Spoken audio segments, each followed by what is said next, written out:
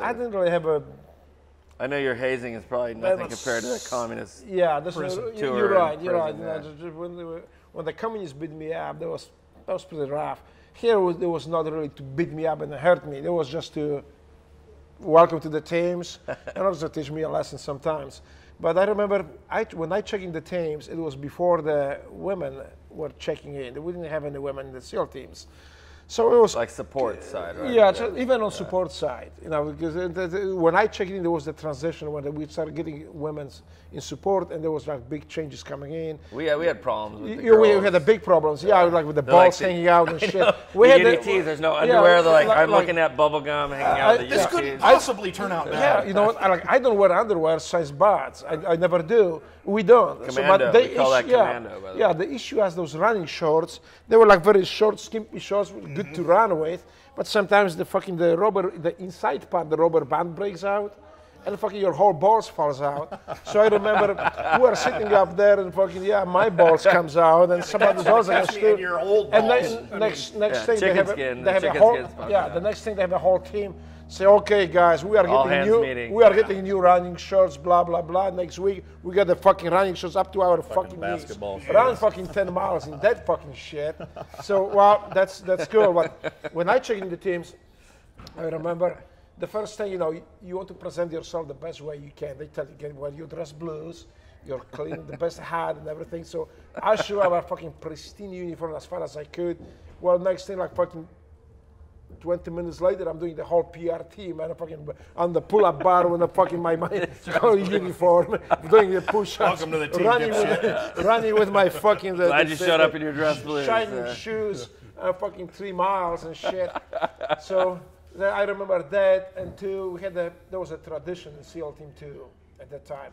Every Friday, there was a kegger of beer in the high bay. That's where you have the boats pulled up and we have those cranes on the chain cranes and shit. So I was a new guy, and I feel like I was invited to the fucking party on Friday. So in the high bay, SEAL Team 2 to mingle up with the old SEALs and stuff.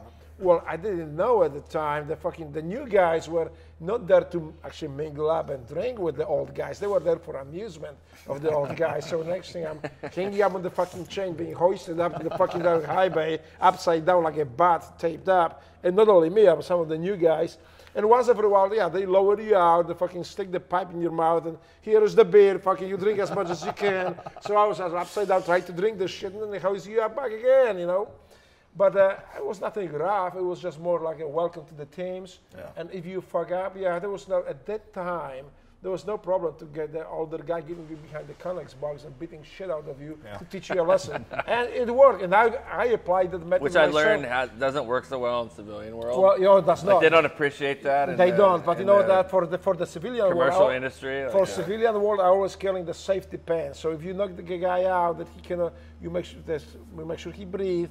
When he breathes and he's still unconscious, you just pin his tongue to the lower lip with the safety pin. Right. So he doesn't, because it happened to me. The guy almost died, and I didn't know what to do until the nurse showed up and said, hey, you just have to pin his tongue to the lip.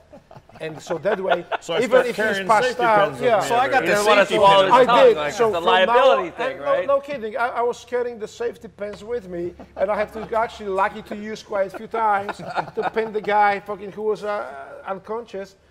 Because there's I'm protecting you from you right now. Exactly, yeah. So you don't choke on your fucking tongue. So I just pin your tongue to your lip. When you wake up, you will appreciate that.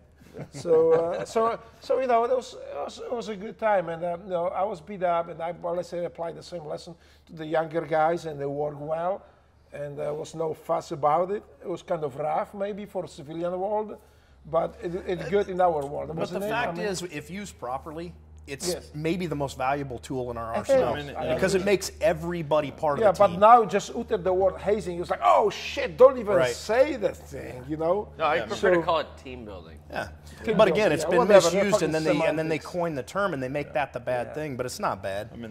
Before I say anything else, God damn, I didn't eat that all day long, man. I have no fucking food. I can stay here to this fucking hunger, brother.